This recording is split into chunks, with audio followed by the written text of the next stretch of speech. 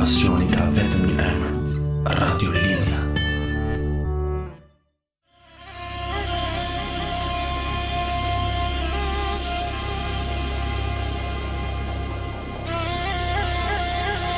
Bashkombas të nderuar, mirë mbrëma dhe mirë se na dëgjoni në valët e Inter FM-it 107.7 MHz.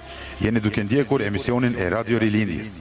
Dëgjues të dashur, kudo që gjendeni në banesë, shtëpi, lokal, spital, kamp apo vetur, ekipi Radio Rilindjes ju uron Ramazanin.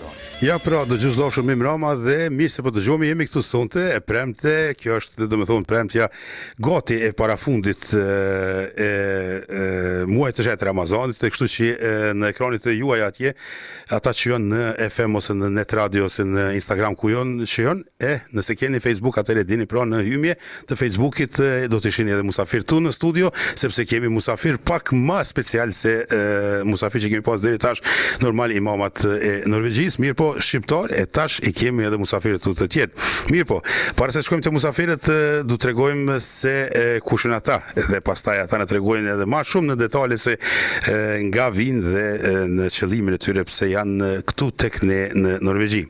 Kënaqësia jonë është pra që ta kemi një delegacion nga Bashkësia Islame Fetare Islame, domethënë Maqedonisë së Veriut. To duna me mësu mirë Maqedonisë së Veriut, se përpara kemi thonë vetëm të Maqedonisë, tash kemi Maqedonisë së Veriut. E kemi këtu doktor profesor Selver Gjemaili, drejtor i sektorit për diaspor pranë Bashkësisë Fetare Islame të Republikës Maqedonisë së Veriut. Këto e thash mirë. Dhe pastaj e kemi edhe miftiun e Bashkësisë Fetare Islame në Tetov, doktor Çani Nesimi, që është këtu sonte me ne, dhe normal imami ynë tashmë i njoftur për shqiptar Norvegji këtu, pranë çikshit Efendi Ekrem Asani. Mirdita, mirë mbrëma dhe mirë serdhët. Cilën dush po thojmë, tu tash po thon mirdita se hala kemi ditun. Te na është pak më ndryshe. Duke filluar sonte, pra kemi kënaqësinë që jeni këtu sonte me ne, edhe kisha pas dëshirë për dëgjuesit, shikuesit, të gjithë ata që po ju shohin edhe po ju ndëgjojnë, na tregoni pak në pika shkurta se domethënë qëllimi i ardhjes juaj, mirë, po para se të shkojmë te aty, të na tregoni pra Çani pak më shumë për doktor Çani Nesimin. Bismillahirrahmanirrahim. Njëherët faleminderit juve, faleminderit edhe hoxhës që ne sonte ose sot jemi në këtë program në Radio Rilindja dhe është kënaqësi për ne. Ju uroj për punën që bëni, që na informoni të gjithë neve me jetën fetare, shoqërore, kulturore këtu dhe këto aktivitete që i bëni për Ramazan. Unë jam muftiu i Tetovës, ka 4 vite e ca që jam në këtë detyrë. Më herët kam shërbyer në universitet, pak më herët kam qenë imam në Tetov në xhamin e quajtur Xhamia Eski. Studimet i kam kryer në Turqi, ndërsa medresen bazën e kam të kryer në medresen Isabeu në Shkup.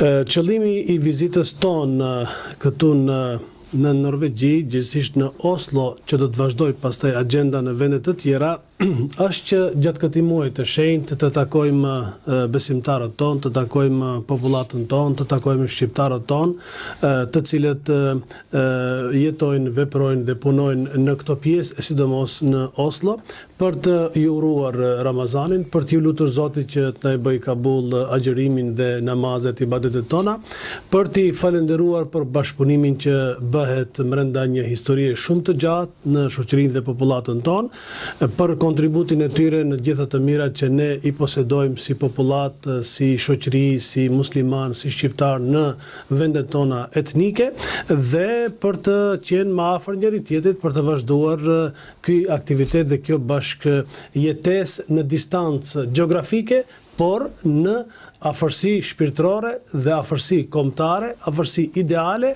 që të kemi një ardhmëri më të mirë. Faleminderit. Ja pra pak shumë është më mirë kur e tregon vetë biografinë se unë me ta lexu. E kështu që është shumë mirë që na tregove edhe për universitetin edhe për Turqinë. Ajo është shumë me rëndësi që të kemi edhe kësi njëjtë. Këta janë njerëz internacional. Ne i quajmë kështu më shumë. Kurse në anën tjetër e kemi edhe njerë thash drejtor i sektorit për diasporën pranë Bashkisë Fetare Islame në Republikën e Maqedonisë së Veriut, mos të harroj, doktor profesor Selver Gjemaili. Mirëmbrëma dhe mirë se erdhe. Mirëmbrëma, mirë se u gjetëm. Pak me na tregu më shumë Selver për Selverin, se tash po dim për Shanive, për Ekremin veç e dim, tash na tregon edhe ti pak neve. Faleminderit, bismillahirrahmanirrahim. Fillimisht ju përshëndes juve edhe nëpërmjet të lidhjeve të Radio Rilindjes, gjithashtu edhe të gjithë ata të cilët na ndjekin me përshëndetjen islame. Selamu alaikum wa rahmatullahi wa barakatuh. Gjithnjë paqja, mëshira dhe begatit e Zotit qofshin mbi ne. Ashtu siç e theksoi edhe muftiu, ne shkollimin kemi qenë bashkërisht gjatë viteve të shkollimit, do të thënë medresen Isabeu në Shkup, fakultetin teologjik në Turqi, pastaj edhe studimet postdiplomike unë kam të mbaruara në Universitetin e Shkupit. Në pozicionin tani ku jem në përgjigjes në sektorin për diasporë, jemi 3 vjetet e fundit, në fakt që 3 vjetet e fundit Bashkia Fetare Islame e Maqedonisë së Veriut këtë sektor ka hap, më thënë me mua fillon ky sektor këtu, dhe dalja jonë këtu në diasporë, ashtu siç u theksua, është në agjendën e Bashkisë Fetare Islame që të vizitoj xhamatet gjatë muajit të Ramazanit. Kjo nuk është vetëm për diasporë, është edhe për brenda në vend, atje në vendlindje, por gjithashtu edhe një delegacion i përbërë nga 6 antar janë në vizitë të xhamateve në diasporë, duke filluar nga javën e kaluar kishim një vizitë në Zvicër, një delegacion prej 2 antarësh që kemi në Gjermani, edhe ne këtu që jemi në Norvegji, por nuk do të jemi vetëm këtu në Oslo. Këtu kemi filluar, që do të vazhdojmë pastaj edhe në Kopenhag, një vizitë kemi të disa xhamive edhe në Gjermani, në Hamburg dhe Berlin, kështu që brenda 4-5 ditëve sa jemi këtu, do të kemi mundësi që të takohemi me besimtarët tonë musliman shqiptar që janë aktiv këtu. E po mirë, faleminderit, tash pedim, do me thonë, 2 keni qenë njëjtën medrese, pastaj keni shku në studime në Turqi, edhe me siguri turqisht në folni. Patjetër. Se e di që shumica që kanë qenë atje, edhe një pjesë që vjen prej Maqedonisë, edhe një pjesë e Kosovës e folin turqishtën. Unë e di edhe vetë, kështu që mund me folë edhe turqisht.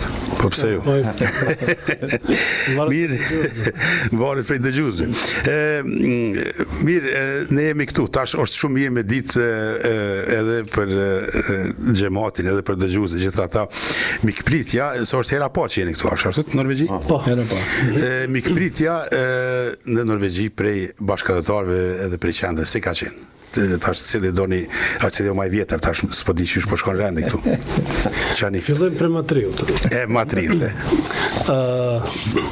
Mikpritja tek populata jonë, që ne kemi një traditë të mikpritjes shumë të fortë, shumë të thellë, edhe në të kaluarën, edhe në mbrëmësitë e familjeve tona, kështu që është kënaqësi të jesh misafir. Mirë po, koha është shumë e kufizuar dhe çdo herë mbeten shumë gjëra pa u thënë dhe pa u parë, pa u dëgjuar, por mikpritja është shumë e ngrohtë, shumë miqësore, shumë vëllazërore. Për këtë unë vetëm mund t'i lutem Zotit, t'ju jap shëndet dhe t'ju jap të mira, dhe ai t'ju përgjigjet kësaj dëshire për të shprehur mirëseardhje rastin konkret për ne që ishim këtu. E po mirë, faleminderit, kjo kena qef me një kështu, se na pibojmë ato ma të mirat që duhet, kështu që tash e kemi edhe imamin përgjithshëm, se përpara kemi pas 4 muaj, 1 muaj, tash e kemi të përgjithshëm. Doktor Selver, ti ke qenë thuja në kretë Evropën, ke shotit në për shumë qendra, edhe me siguri se i ki pa dikush e ka me qira, dikush e ka ndërtu në ashtat deri tash, po tregona pak për këtë objektin shqiptar që ka ndërtu. Ne është e vërtet këtu në Oslo është herë e parë që vim, megjithatë këtu unë jemi befasu pozitivisht, faktikisht na ka lënë mbresa jashtëzakonisht bukur kur sot përpara namazit të xumas imami i nderuar Ekrem Efendiu bashkë me Këshillin e Xhamisë ne prezantuan këtë qendër, mund të them që është njëra ndër më të bukurat, më të mirat edhe më të përshtatshmet për funksionimin e jetës fetare dhe kulturore në përgjithësi për sa i përket çështjes së shqiptarëve që gravitojnë këtu, me të gjitha kapacitetet e mundshme që mund të shërbeje njerëzve ishte e pajisur, kështu që mund ta numërojmë në mesin e qendrave dalluara që funksionojnë në diasporë.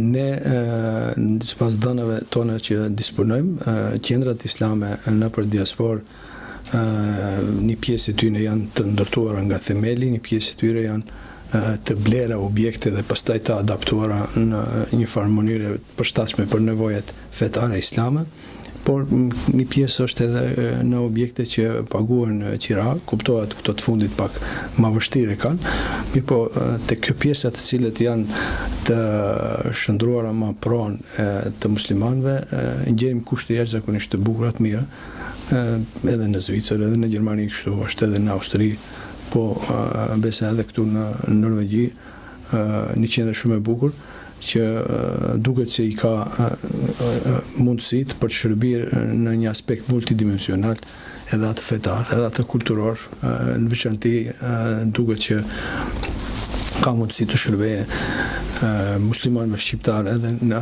sferën kombëtare, që është shumë e rëndësishme që traditat dhe kultura jonë të ruhet, të mbijetoj, të forcohet edhe më tutje. Po mirë, faleminderit. Kur vinë musafir, do me thonë Norvegji, po më parasysh në sfera diplomatike, fetare, kulturore, gjithmonë bëjmë një xhiro këtu që të tregojmë se është puna e gjithë shqiptarëve, do me thonë është ndjersa e tyre, puna e tyre, kontributi i tyre, pra që u bë kjo ndërtesë me për vlerat, sikur të tha dhe vetë, fetare, kulturore, gjitha ato. Të shtoj ajo që në ka gëzuar jashtëzakonisht këtu hapësirat e ndara për arsim. Jo gjithkund i kemi pa kështu, më thënë 3-4 klasë të përgatitura për edukim dhe për arsim, që ne insistojmë me të madhe që në këtë sferë më tepër të ndahet hapësira, a këtu e gjetëm, më duk mjaftueshëm, madje edhe me një pozitë të lakmueshme, për shkak se në fakt themelimi i qendrave, synim më kryesor, besoj që i ka këte për edukim dhe për arsim, por parasysh atë fetare, të gjuhës shqipe ose kulturës shqiptare në përgjithësi. Faleminderit për ato edhe po punojmë, po përpjekemi sa më mirë. Një gjë që jep shije, mendoj këtij kompleksit të fetar, kulturor dhe kombëtar, që nuk e di a ka ndonjë qendër, ndoshta profesor Selveri dhe Hafez Ekrem Efendiu mund ta dinë më mirë, nuk e di a ka ndonjë qendër shqiptare islame kështu që ka edhe një radio brenda saj. Jo. Nuk kemi ndi ende. Kjo është një veçantë e këtij vendi. Nuk e kemi ndi ende, kështu që tash jemi bo në një kulm. Ne zakonisht që jemi këtu kur bisedojmë, ne thojmë shtëpia e madhe. E kemi qitë në emën popullore, apo shijmë të shtëpia e madhe, apo shkojmë të shtëpia e madhe. Do me thonë, kur është shtëpia e madhe, ka gjithçka aty. E për çato edhe jemi, do të shtohemi me siguri dhe më vonë edhe disa aktivitete tjera, me siguri sportive, këto që janë nëpër Norvegji ose në Oslo. Kthehemi pak te imami jon i nderuari Efendi Ekrem. Tash kemi arrit me na tregu për ata që jo na xheru, po mos i ka ka pak agjerimi. Te cilat ditë kemi mri edhe sa ditë kanë mbet. Është më rëndësi të fillojmë aty. Bismillahirrahmanirrahim. Wassalatu wassalamu ala rasulina Muhammedin wa ala alihi wa sahbihi ajma'in. Njësësi falënderimet, lavdimet i takojnë Allahu Dhul Xhelal. Unë e shfrytëzoj rastin që përsëri këtë javë dhe këtë ditë të gjithë atyre të cilët na dëgjojnë përmes lidhjeve dhe valve të Radio Rilindjes, u shprehi Përshëndetjet më të përzemërta dhe me përshëndetjen islame. Selamu alaikum wa rahmatullahi wa barakatuh. Paqja, shpëtimi, bekimi dhe rahmeti Allahu xhalla shanu qofshin mbi të gjithë ne. Njëkohësisht mos harroj t'i përshëndes edhe përmes këtij nevalve të dy mysafirët e nderuar të respektuar që kanë ardhur nga vendlinja të na respektojnë dhe të na nderojnë neve, të na vizitojnë. Unë këtyre u dëshiroj qëndrim të këndshëm këto ditë këtu, edhe pse është shumë shkurt, por ja vlen dhe është kënaqësi e madhe. Dhe për mysafirët të vinë në Ramazan është vështirë, por për një koqirin është ma lehtë. Domethënë, ma pak harxime, ma pak nuk hajnë, nuk pinë, por të kjo është e formë shake. Sa i përket ku kemi mbrejt, domethënë ne sot i kaluam 19 ditë dhe na kanë ngelur edhe 10 ditë. Domethënë jemi në 10 ditën e fundit, për të cilin uroj të gjithë atyre që kanë agjëruar dhe të cilët kanë dashur të agjërojnë, por nga pamundësia shëndetësore nuk kanë arritur të agjërojnë këtë muaj. Jemi në 10 ditën final, ku sipas hadithit të pejgamberit sallallahu alaihi wasallam, që 10 ditë i fundit është ku Allahu xhalla shanuhu të gjithë ata të cilët e kanë respektuar këtë urdhër të Allahu dhul xhelal janë të amnestuar nga zjarri i xhenemit. I lut Allahu xhalla shanuhu që të gjithë besimtarët që besojnë me zemër dhe kanë deklaruar se janë musliman, Allahu xhalla shanuhu t'i mbron nga zjarri i xhenemit.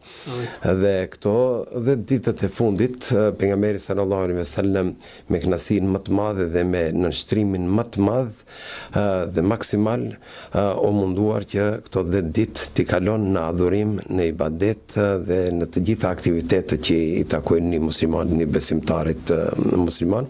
Andaj kisha apeluar dhe kisha lutur të gjithë besimtarët musliman që edhe ata të shfrytëzojnë këto 10 ditë me ibadete mëdhështore, me aktivitete të ndryshme që kënaqësia Allahu xhalla shanu të na kaplon inshallah. Amin, faleminderit me siguri për ata që thash edhe pak më herët se ne musafirët e nderuar, ne këtu kemi ditën e kemi më të gjatë se të na për shembull ose vende tjera, kështu që tash u shkurtu pak se para 2-3 vjetëve ka qenë bukur e gotë. Me siguri se keni dëgjuar, ka qenë shumë orë për me pas agjerimin edhe diskutimet e sipërta janë kohën, për shembull se çysh më apo tek më apo. Po qysh dush bonja, duhet me përcel dillin. Tamam. Së mundë me ndryshuna. Edhe për që ato ne bojmë se ne gjithmonë bisedojmë që kur është Ramazani edhe njeri ka të busqeshe ma shumë se kështu mujt tjerë. Se të vjen ajo busqesha, do me thonë të vjen ajo hareja për këtë 30 ditë që me pas edhe hajgare, ju me të kundërtën. Se atëre nuk ja vlen. E kemi besaj dhe agjerus që jonë ne si e qymë se kemi bo shumë biseda me Efendi Ekremin, ku kemi edhe që mbajnë edhe dietë. Për shembull, ato janë agjerus, mirë po ma shumë janë atë anën ka dieta, se ajo pjesa për shembull që duhet përmbahet detyrave të agjerimit, se është një muj që i ka do detyra të agjerimit. Nuk po him në ato detale se kemi na hoxhën këtu dhe pastaj edhe javën tjetër kemi edhe musafir tjerë dhe na vazhdojmë epizodat që i kemi të agjerimit. Ajo është shumë e rëndësishme që të mësojmë gjithmonë sa më shumë. Po qëndrohem për musafir që jemi këtu, mos të marrim kohën më shumë. Doktor Shani pak na tregon në Tetov si funksionon për shembull xhamiat edhe bashkëpunimi mes juve atje, sa i përket Tetovës, me siguri lidhet edhe me Shkup edhe me ato. Padyshim që lidhet me gjitha muftinit dhe me Bashkinë Islame në Maqedoni. Ne jemi një pjesë e Bashkisë Fetare Islame. Nga 13 muftini ne jemi një për atyre muftinive. Ne jemi në koordinim me Fakultetin e Shkencave Islame në Maqedoni në Shkup, jemi në koordinim me medresen Isabeu, qendrën e saj në Shkup dhe me filialet e saj Tetov, Gostivar, Shkup e vajzave dhe Shtip. Por ne si muftini e Tetovës jemi aktiv me gjitha xhamiat tona, të cilat janë aktiv brenda muajit të Ramazanit. Muftinia e Tetovës ka 106 xhami, prej tyre 98 janë aktive. Këto xhami që po i numëroj që janë 8 që mbeten, janë xhami ose është duke u renovuar, ose është xhami e vjetër që është ndërtuar një e re dhe ai nuk funksionon, ose është në një vend ku njerëzit janë shpërngulur nga fshati, nga pjesa më malore, kanë rënë në pjesën më të rafsh dhe kanë ndërtuar xhami tjetër. Që në thotë se të gjitha xhamiat i kemi aktive me kuadër të rregullt dhe me kuadër të angazhuar brenda muajit të Ramazanit. Xhamati jon ka mundësi të ndëgjojë edhe ligjërata të ndryshme, edhe njerëz zëra të ndryshëm për të falë namazet e teravive dhe namazet të tjera, të ndëgjojë edhe mukabele, lexim të Kuranit para ose pas namazeve, mvaret se si është i caktuar. Bëhet vizita e gjitha këtyre xhamiave nga kolegët tanë, qoftë të muftinis, qoftë kolegët tjerë që punojnë nëpër xhamia të ndryshme duke bërë ndrimin e tyre nëpër xhami të ndryshme dhe koordinim me këshillet e xhamiave, pasi që Ramazanin e kemi edhe një moment ku ne kemi disa aktivitete tjera përveç këtyre aktiviteteve fetare dhe aktiviteteve kulturore që bëhen, ne kemi edhe aktivitetin e grumbullimit të fitrave, të zeqatit, të antarësisë, e cila nuk lidhet me Ramazanin, por tek ne ka një traditë që popullata jonë kryekuput është e orientuar në Ramazan për të paguar antarësinë e tyre nëpër xhami, me të cilën ne organizojmë jetën fetare atje. Kështu që njerëzit xhamati jon janë të orientuar dhe e dinë se fitra është e orientuar për të shkuar në medresen Isabeu, e cili është një institucion, një shkollë fetare private në umbrellën e Bashkisë Fetare Islame dhe e cila shkollë nuk ka ndonjë financim nga shteti ose nga një institucion tjetër brenda ose jashtë shtetit. Por kjo është një krenari e popullatës, e shoqërisë tonë, e muslimanëve tonë, të cilët edhe në vendlinje, por edhe ata të cilët i është dhënë mundësia ose gjenden në diasporë për të punuar dhe për të vepruar, gjithë kontributi i të gjithëve, pa përjashtim brenda ose jashtë, është që ata institucione qëndrojnë në këmbë dhe ekzistojnë, që sot ne kemi një kuadër goxha të madh të djemve dhe vajzave që kanë kryer për këto institucione, që e them me plot kuptimin e fjalës është një krenari e popullatës, e shoqërisë, e muslimanëve tonë në të gjitha trojet tona etnike, po derisa po flas për Maqedoninë, që tash mos flas për tjerët se kolegët e mi i dinë më mirë se unë gjërat e vendeve të tjera, për ne në Maqedoni është një krenari e veçantë për ekzistimin ose pasjen e këtyre institucioneve shumë të rëndësishme. Brenda muajit të Ramazanit ne kemi disa aktivitete që bëhen në kuptim pak më të gjerë të organizimit të tyre, qoftë ajo të bëhet në xhami ose në një qendër kulturore ose në një sallë tjetër. Në mesin e tyre ne kemi manifestimet që bëhen, siç është rasti i neteve të mëdha brenda Ramazanit, është nata e Bedrit, po është nata e Shërimit të Mekës, po pastaj vjen më vonë ka fundi i Ramazanit në natën e 27 e kemi natën e Kadrit. Ne si muftini e Tetovës kemi edhe një program që e bëjmë në koordinim me komunën e Tetovës dhe me Universitetin e Tetovës. Kjo është Ramazani 5 që ne kemi kështu një koordinim dhe në mes këtyre aktiviteteve tona ne kemi një iftar të përbashkët tradicional në të cilin na vinë të gjithë këshillet e xhamiave, të gjithë hoxhallarët që punojnë, imam, muezin, mualim, ndihmës, çfarëdo që të jetë, nxënës student dhe komuna dhe universiteti janë të gjithë bashkarisht për të bërë një iftar të përbashkët. Përveç kësaj ne kemi edhe një rikujtim të ulemave, të dietarëve, të hoxhallarëve, të mësuesve shpirtëror tanë, të cilët nuk i kemi sot në mesin tonë, që kanë kaluar në botën tjetër, në botën reale, domethënë kanë kaluar në mëshirën e Allahut dhul xhelal, dhe këtë e kemi bërë brenda këtyre 5 Ramazaneve. Para 3 ditësh e kishim edhe në Tetovë, edhe të këtij viti, të këtij Ramazanit të si vjetëm, që bëhet në sallën e komunës, në koordinim siç e përmenda me komunën dhe me Universitetin e Tetovës.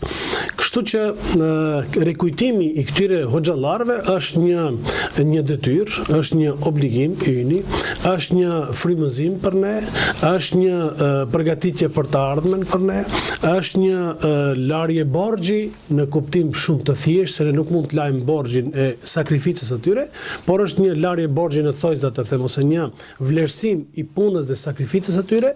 Ne kemi në mesin e tyre njerëz cilët kanë dhënë jetën, kanë dhënë pasurinë, janë detyruar të shpërngulen nga vendlindja për shkaqe të mbrojtjes së idealeve të tyre kombëtare dhe fetare, të cilët kanë shërbyer në përqyrësi mihrabe dhe në për mimbere të xhamieve të ndryshme, siç është Xhamil Efendiu, Molla Garipi, Hafez Selmani, Rushan Efendiu dhe shumë hoxhallar të tjerë që brenda 4 viteve të kaluara ne kemi bërë edhe botimin e një broshure brenda së cilës kemi të evidentuar 11 hoxhallar, domethënë njerëz eminent që kanë shërbyer qoftë në Bashkinë Islame, qoftë në xhami ose në institucione tjera, siç e kemi rastin e Ethem Efendiut, i cili ka qenë kryetari i parë i Tetovës pas luftës së dytë botërore, që është një personalitet, një eminencë, një ekselencë e shoqërisë dhe popullatës tonë. Në mesin e aktiviteteve të tjera ne kemi edhe quizin që bëhet për moshën pak më të re. Ja sonte në Tetov do të filloj gara mes shkollave fetare, gjithë mektebeve të xhamiave, ku do të kenë 4 etapa, sesione të likuidimit të grupeve të caktuara dhe pastaj bëhet sesioni qendror ose finalja dhe ata që kanë mundësi të jenë të parë, të dytë ose të tretë, edhe pse të gjithë janë shumë të mirë, po tash garat e bëjnë të veten, normal që dikush do duhet të jetë i pari, dikush i dyti, nuk ka mundësi të jenë të gjithë në rafshin paralel. Pra në këtë kontekst ne kemi shumë aktivitete, si vjet, nëse më lejohet që ta them edhe këtë, si vjet ne kishim një nder në nivel të Bashkisë Fetare Islame në Maqedoni, që bie në teritorin e muftinisë tonë, ishte edhe hapja e objektit për shërbime fetare dhe sociale. Është një objekt që ka filluar të jenë hudhur themelet e saj në nëntor të 2015, domethënë për 3 vjet e gjys u arrit me financimin e vetë popullatës. Është objekt i cili nuk ka ndonjë financim nga jashtë ose nga dikush tjetër, po thjesht është rezultat i financimit të shoqërisë dhe popullatës tonë aty vendase, të cilët kanë kontribuar në ndërtimin e këtij objekti. Ky është një objekt, siç e përmenda, për shërbime fetare dhe sociale, në cilin objekt do të ketë disa shërbime që bëhet shoqërisë. Është shërbimi i varimit prej momenti kur njeriu ndron jetë deri në momentin e varimit, gjitha këto, është shërbimi i popullatës pastaj familjarëve që duhet të presin njerëz për ngushëllime gjinia maskullore dhe femrore, është sektori i administrimit të shërbimit të varimit, janë 2 salla të mëdha për aktivitetet tona, për seminare, takime, mbledhje, konferenca dhe kështu me radhë, dhe është një pjesë e cila do duhet të komercializohet. Në mesin e saj kemi edhe një depo, një dhomë që ne e kemi vënë emrin depo për grumbullimin e ndihmave që ne kemi listën për të ndihmuar njerëzve, qoftë njerëz që janë jetim, qoftë njerëz që janë fukara, qoftë njerëz që kanë nevoja të caktuara të ndryshme në familjet e tyre. Nëpërmjet kësaj liste ne ndihmat e karaktereve të ndryshme që vijnë nga shoqëria jonë u ndajmë edhe popullatës. Afërsisht janë këto disa prej aktiviteteve që i bëjmë, për arsye se aktivitetet që i bëjnë dikund 180 hoxhallar që ne i kemi aktiv në muftininë e Tetovës, domethënë Tetova dhe rrethina, ti thuash me disa fjalë, janë shumë pak, të gjithë kolegët i kemi shumë të mirë, janë goxha aktiv dhe të gjithëve ju uroj sukses, po të gjithëve Zoti që t'i shpërblej, t'ju jap shëndet. Kështu që jo vetëm atje, po edhe këtu, unë këtu dua të shfrytëzoj rastin që edhe Ethem Efendiu, Allahu t'i jap shëndet dhe sukses, është një hoxha jon, është një punëtor i palotshëm dhe kemi nderin që është këtu në mesin e juaj, që është në këtë qendër dhe që do shërbej me përvojën, me eksperiencën, me bagazhin e tij kulturor, fetar dhe njerëzor. Faleminderit, normal se Efendi Ekremin e kemi simbas CV-s tatina edhe për çfarë e kemi këtu. Se kam provu plot edhe tjerë, për shembull më mirë, po është një lloj CV. Aktivitete pas ka plot, me të vërtet kënaqësi shumë e madhe kur ndëgjon në gjitha këto aktivitete, sidomos kur ndëgjon atë pjesën e ndërtimit të objekteve ose xhamive, gjitha ato ku vet populli i ndërton, gjithmonë i ka ndërtuar dhe sot ditë ndërton, domethënë me siguri vjen koha ku edhe edhe shteti duhet mu inkuadru pak, për shembull me pas një farë lloj ndihme që edhe ata pak me kontribu. Tash mas u bo edhe sektori për diasporën, do me thonë pranë Republikës dhe Maqedonisë Veriore, a shihet për shembull ndonjë bashkëpunim me shtetin për me pas edhe ata me kontribu, edhe ata për shembull me ndërtu në një objekt. A duhet gjithmonë diaspora ose vetë populli ose vetë bashkëdhetarët? Për momentin situata tregon ashtu që shteti i Maqedonisë së Veriut në drejtim të bashkësimeve fetare nuk ka ndonjë investim apo kontribut. Do të thonë përpos asaj që ne jemi të lirë në veprimtarinë tonë, investim ose mjete buxhetare të ndara nga shteti nuk ka, as për finansimin e institucioneve edukative arsimore, të cilët ne, siç e theksoi edhe muftiu, janë 5 shkolla të mesme dhe fakulteti teologjik, të gjitha këto me vetë kontribut mirë mbahen, me mjetet cilët vinë nga vetë besimtarët musliman, brenda Maqedonisë, po edhe jashtë nga diaspora, po lene më të investoje diçka në ndërtimin e objekteve, xhamiave apo shkollave, në asnjë mënyrë deri tash nuk ka pas, edhe si duket nuk janë afër shenjat edhe për të pas në të ardhmen e afërt. Megjithatë ne të gjithë organizimin e jetës fetare si burim financues janë të ardhurat që vinë nga besimtarët musliman shqiptar, po edhe komunitetet tjera kuptohet brenda në Maqedoni. Një sektor i veçantë është sektori i diasporës, që përpos asaj që nëpërmjet sadakatul fitrit edhe zekiatit, gjithashtu edhe dedikojnë edhe organizimin, Bashkia Islame e merr përsipër edhe organizimin e prerjes së qurbanëve. Edhe kjo është një mënyrë për financimin e këtyre shkollave të cilët i përmendëm pak më parë, për shkak se në këto shkolla në sistemi i arsimit fetar të ne zhvillohet cikli i ulët, cikli i mesëm edhe ai i lartë. Ai ulti është nëpër mektepe, nëpër xhamia, dhe organizohet në kuadër të xhamive. I mesmi është në medreset, që janë ajo qendrorja me 4 filialet e tjera nëpër qytetet në ndryshme të Maqedonisë, do thënë 2 për djemë dhe 3 për vajzat, edhe fakulteti i shkencave teologjike në Shkup, i cili gjithashtu përbëhet prej 300 kursur studente.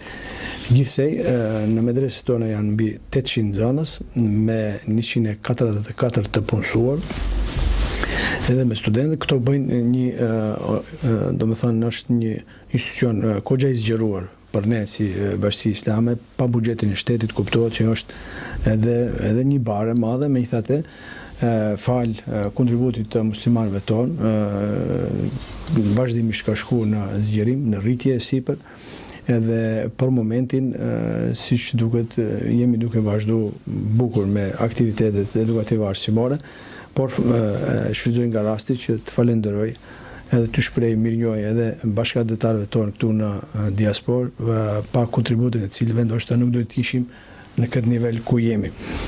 Dhe sektori për diasporë përpiqet që të mbajmë lidhjet më të afërta me qendrat tona kudo që gjenden, përpos asaj që ne jemi këtu për të shprehur falënderimet edhe mirënjohjet ndaj besimtarëve tonë. Njëkohësisht unë e theksova dhe në kohë të xumas sot, njëkohësisht jemi jashtëzakonisht të interesuar që të vinë edhe nxënës nga këto qendra islame ku janë shqiptarët në shkollat tona, në medreset tona, janë të hapura për të gjithë. Nëse do ta mendojmë të ardhmen më të tjeshme këtu, patjetër që do të kemi nxënës edhe nga këto vende, për shkak se nxënës që do të na vijnë nga këto vende do të shkollohet atje, pastaj kur do të kthehet në shërbim këtu, është jashtëzakonisht i gatshëm, i përgatitur, për shkak se i njeh këtu ligjet, njeh gjuhën, njeh rrethin, njeh kulturën, përpos asaj që do të pajisjet me një dije dhe një kulturë profesionale për drejtimin e vet, njëkohësisht edhe do të njohë rrethanat. Besojmë që suksesi në këtë drejtim do të jetë edhe më i madh, padyshim që hoxhallarët të cilët janë aktiv këtu nëpër xhamiat në diasporë janë jashtëzakonisht përgatitur. Nuk diskutohet këtë, jemi falënderues për shkak se tregojnë sukses, tregojnë punët të cilët janë duke i bërë.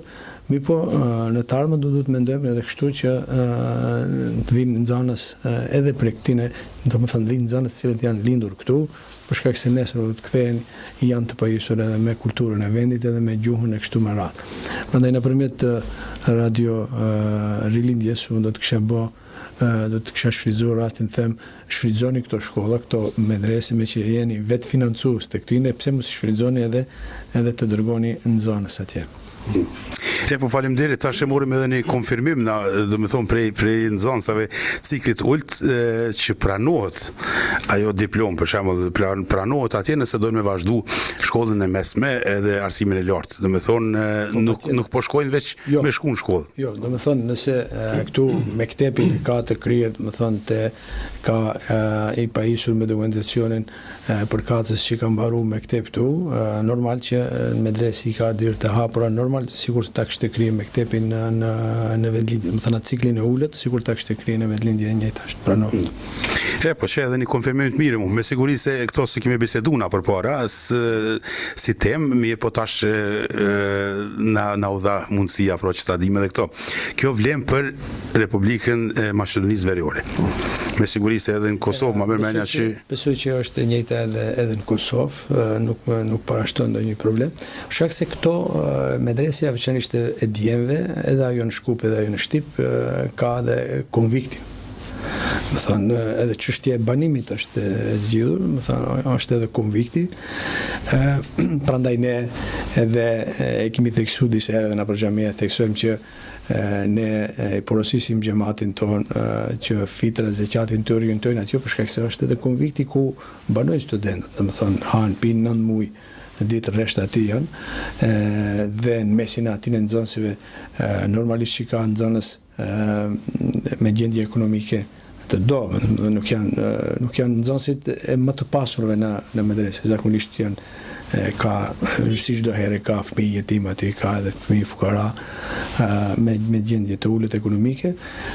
Mirë po, aty në konvikt formohet një shoqëri, një rreth i ngushtë që pastaj interesante vazhdon ajo edhe më të që ne tash kur jam këtu në sektorin për diasporë, është interesant komunikojmë me shokët të medreses, disa i kam në Australi, disa janë në Amerikë, po diskutohet këtu në për Evropë, të cilët janë nxënës të njëjtës shkolle, tani kanë një rrjet shumë interesant dhe kjo e mundson për shkak se me 4 vite atje banon në konvikte, formohet një shoqëri si thosh që shndrohet sikur një familje dhe pastaj lidhjet edhe relacionet vazhdojnë të jenë të gjalla edhe më të tjera.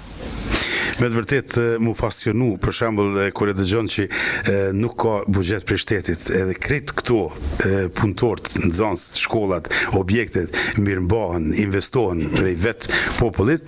Kjo është për me shkruajt liber, kjo është për mu fascionu se kjo është vetëm te ne shqiptar, po ma mermenja tash për tash, nuk kom një kështu shtete tjera ose nacionalitete tjera që mund me bo. Jo, ashtu është, muftiu e theksoi edhe në hutbe e gjumas sot në xhami, populli jonë në sferën e humanitetit ndoshta nuk e ka shokin në botë. Jo vetëm këto që jemi duke përmend, populli jonë ka bërë punë të mëdha në shekullin e fundit, ta them kështu, po veçanërisht në 2 dekadet e fundit, 3 dekadet e fundit, saqë nuk ka të ngjashmi nuk ka në botë. Më thënë, të kaloj disa krizat mëdha me përmasa jo vetëm lokale, por edhe ballkanike kështu, të i kaloj disa krizat mëdha dhe me gjithë kontributet e veta, me financimet e veta, me angazhimin e vetë që ka pas, po prosa saj, të ne, nëse do flasim brenda Maqedonisë së Veriut, të gjitha këto institucione që i përmenda, këto janë vetëm ato edukative arsimore, pra medreset edhe fakulteti, por 800 kusur xhamit cilët janë në Maqedoninë e Veriut. Asnjëna nuk ka pranuar ndonjë buxhet nga shteti apo nga jashtë. Të gjitha janë me vetë kontribut të besimtarëve, të muslimanëve. Kemi shembull ne të veçantë në Maqedoninë Veriut. Një Katunt i ka 2, 3 deri 4 xhamia të reja, të pajisura, të ndërtuara në mënyrën më të bukur dhe krejt këto i ka bërë me vetë kontribut. Kur ta analizojmë kështu, do të thonë shpirti human i besimtarit ton, musliman shqiptar është i pazavendësueshëm, kisha thënë me një model tjetër, dhe si duket edhe ky shpirt e ka bërë që të jenë të suksesshëm në shumë sfera për sa i përket vetë organizimit të jetës fetare. Fantazi, diçka mu fasionu, do me thonë këto insane mu fasionu edhe mu mbur.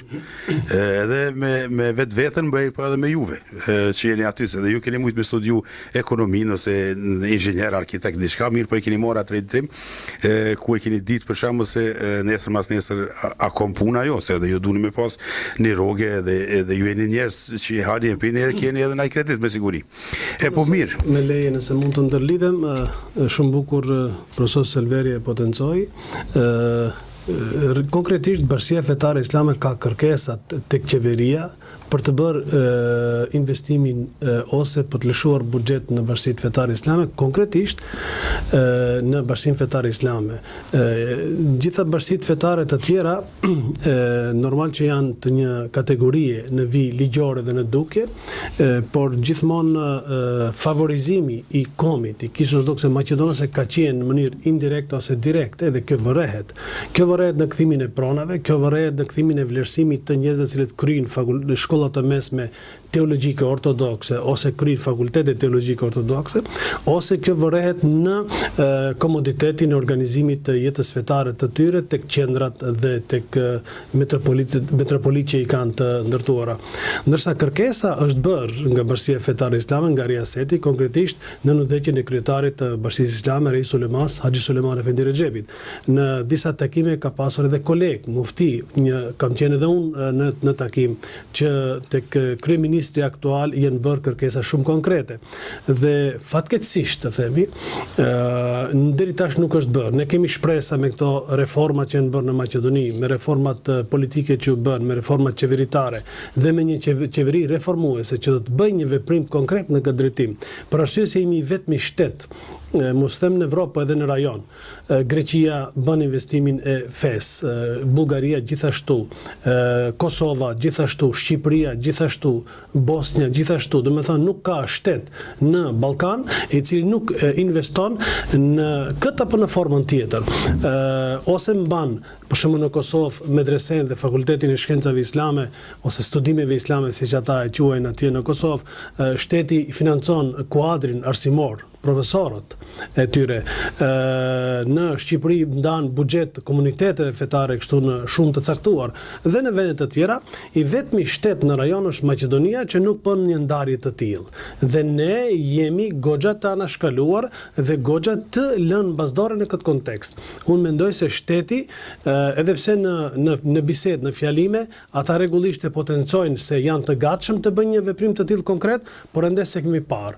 Që dua të them se shteti i Maqedonisë, qeveria e re e Maqedonisë së Veriut, e ka për obligim që të bëjë vlerësimin e një shoqërie, gjithsesi të Bashkisë Fetare Islame, që ne në numër jemi mbi 1 milion njerëz që jetojmë në Maqedoni. Si shqiptar, si turq, si bosnjak, si torbesh, si cili si e ndjen vetveten, po me rëndësia që jemi të gjithë një komunitet islam fetar në Republikën e Maqedonisë së Veriut. Prandaj them fatkeqësisht deri sot nuk është bërë kurrë, po ne jemi plot me shpresë se qeveria aktuale, kryetari i ri që është zgjedhur aktual, të cilët janë me plot orientim se do të jemi pjesë e Evropës, e Bashkimit Evropian, pjesë e forcave euroatlantike, dhe si të tillë normal që duhet funksionojnë rregullat dhe ligjet për të gjithë njësoj. Në këtë kontekst ne jemi të mbushur plot me shpresë dhe me umut se do të bëhet që të ndrojmë konceptin e organizimit të shtetit për dikend nën dhe për diken mjerk. Dhe këtë pritje e kemi, prandaj deri tash është një fatkeqësi, por shpresojmë që njerëzit vizionar këtë ndryshim ta bëjnë. Ne këtë e presim me padurim që ta ndjejmë vetveten si pjesë normale dhe si pjesë e barabartë me gjitha komunitetet brenda në Republikën e Maqedonisë së Veriut. Normal, me siguri se duhet me ndodhë kjo, do ndodhë, sepse tash jeni edhe pranë bisedime me Bashkimin Evropian, duhet më përmbush të standarde, se kjo e në ato standarde që do të do pikat më mbush aty. E po mirë, unë s'po du mi ma shumë kohë, se po afrot koha shumë edhe pinim që jonë të ardhe dhe njerës këtu se jemi ofër të dera hymjes këtu, që mos ju mbaj shumë une, tash kanë shumë dëshirë plot njerës edhe mi ju taku juve, edhe me bashkëbisedu. Une për fund kisha pas dëshirë ka një mesazh për dëgjues të Radio Lindjes, shikuesit e gjitha ata që janë, onë bën botës që po na dëgjojnë, prej të dyve nga një mesazh të bukur, që e dini ju për të mirë. Unë dua që ti falenderoj të gjithë njerëzit tonë në vendlindje dhe në diaspor, edhe këtu në Ostë, të gjithë dëgjuesit. Dua t'ju dëshiroj që Zoti t'ju jep shëndet, edhe si individ, edhe familjarisht. Dua që ata gjithmonë të ndjenë vetveten krenar për punën që bëjnë dhe që kanë bërë. Për atë që qëndrojnë jashtë larg vendlindjes është një sakrificë, është një vështirësi goxha e madhe, por ideali i saj është aq i madh për ta mbrojtur familjen, për ta mbrojtur nderin kombëtar dhe fetar dhe për ta mbrojtur edhe vendlindjen. Në këtë kontekst duhet të ndjehen gjithmonë krenar. Në këtë muaj të shenjtë, Allahu t'u apronoj lutjet, duat, agjerimin, Zoti t'u jep të mira dhe të na takoj gjithmonë për punë, vepra, mendime dhe qëllime të mira. Faleminderit, urno. Jemi në 10 ditëshin e fundit veç më startojmë të muajit të Ramazanit dhe të gjitha ata të cilët na përcjellin, na ndjekin, do të kisha porositur që ashtu siç kanë qenë të përkushtuar deri në këto ditë, në këtë pjesë të Ramazanit, të vazhdojmë edhe më tutje dhe me lutjet, me duat, me shpresat që këto mësime, këto vlera të muajit të Ramazanit, ky shpirt i humanitetit, kjo kulturë e Ramazanit të përshkojë jetën tonë edhe pas Bajramit. Më thonë, këto mësime t'i bartim, t'i bëjmë pjesë të karakterit të ahlakut të moralit tonë, që me një farë mënyre përderisa muaji Ramazanit ishte një vetë përmbajtje e jonë, një disiplinë e jonë, kjo vetë përmbajtje, kjo të disiplinë të bartet në jetën e përgjithshme tonën, kështu që ashtu siç në fund neve e përjetojmë gëzimin e Bajramit, festën, le të jetë atëherë edhe fundi i jetës tonë një gëzim dhe një shpresë që do të shpërblemi te Zoti Xhaleshanu, nëse jetën tonë e bëjmë të vetë kontrolluar, vetë disiplinuar dhe më të organizuar. Prandaj në këtë 10 ditëshin e fundit të Ramazanit të akumulojmë energji edhe më tepër për të qenë më të përpikt në adhurimet e ibadetet tona, me lutjet, me duat që Zoti inshallah të na i pranoj. Shfrytëzoj nga rasti që të shpreh lutjet e duat e mia, inshallah të gjithë besimtarëve, të cilët janë këtu edhe më gjerë kudo qofshin, që lutjet, ibadetet, adhurimet të na i pranoj dhe të jemi më afër njëri tjetrit, të jemi më të organizuar në jetën tonë të përhershme. Faleminderit shumë, mus mbetet shumë Ekrem, Efendi Ekrem, neve nuk na mbet shumë mirë, po javën tjetër normal që do ta vazhdojmë ku kemi mbet aty, edhe po na bjen edhe 2 emisione për muajin e Ramazanit. Mirë, po do të bëhet mirë. Patjetër. Dhe unë një mesazh kështu për fund, në fillim kështu jam tepër i gëzuar dhe ndjej kënaqësi që sot i pata këta 2 efendiler, muftion e nderuar dhe drejtorin e nderuar për diaspor, që ishin bashkë me ne. Unë sinqerisht të gjithë radio dëgjuesit i falenderoj për vëmendjen dhe që na ndëgjuan neve, dhe besoj se kanë marrë opinion të drejtë drejt për drejti përmes këtyre radio valëve të Radio Rilindjes dhe i kanë marrë mesazhet dhe opinion direkt nga njerëzit eminent që janë dhe kompetent për këtë çështje për të njoftur dhe për të ditur më tepër për organizimin e jetës fetare në Tetov dhe në Maqedoni në përgjithësi dhe aktivitetet që bëhen gjatë tërë vitit e sidomos në muajin e Ramazanit. Unë për fund në emrin tim personal dhe në emrin e kryesisë sonë Qikshit dhe në emrin e të gjithë antarëve të kësaj qendre këtu, misafirët i përshëndes dhe i falenderoj përzemërsisht dhe sinqerisht që ndajtën kohë dhe vendosën që të vinë të na vizitojnë edhe neve dhe kuptohet se kjo nuk do të jetë vizita e fundit, kjo ndoshta mund të jetë e para në Oslo këtu për këta di, por zbesoj që do jetë e fundit dhe do të kemi takime inshallah çdo herë dhe lidhjet tona patjetër që të jenë reciproke dhe të kemi lidhje të shëndosha që më përse afërmi të njoftohemi dhe të dim për njërin tjetrin dhe atë kontribut të cilën ne kanë lënë neve të parët kështu që të kontribojnë në popullatës islame atje ku nuk ka dorë shteti, ne të vazhdojmë akoma me kontributet tona dhe me gjersën tonë të ndihmojmë popullatës islame. Faleminderit shumë, me të vërtet kënaqësi, bashkë bisedum, u njoftum edhe me njëherë u kriju një rjet i ri. Do me thumë për krijojmë rjetin ka daldale, qysh vetë Marimonga ka kriju rjetin edhe e ka rujt pejgamberin dhe për që ato edhe dojna Marimongës, e ka kriju ka daldale rjetin e madhë. Une ju falenderoj shumë, ju uroj sukses në punën e juaj. Kaloni sa ma bukur këtu në Norvegji këto ditë, dorë Zoti që takoni pak me ma shumë njerëz, me siguri se këto ditë pak shjeni këtu pak dëshira edhe atyre është pra mu taku me ju. Unë i kisha përfundu kështu. Zoti është përbleft. Faleminderit. Miropafshim.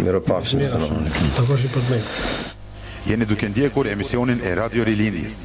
Të gjës të dashur kudo që gjindeni në banesë, shtëpi, lokal, spital, kamp apo vetur, ekipi Radio Rilindjes ju uron Ramazanin.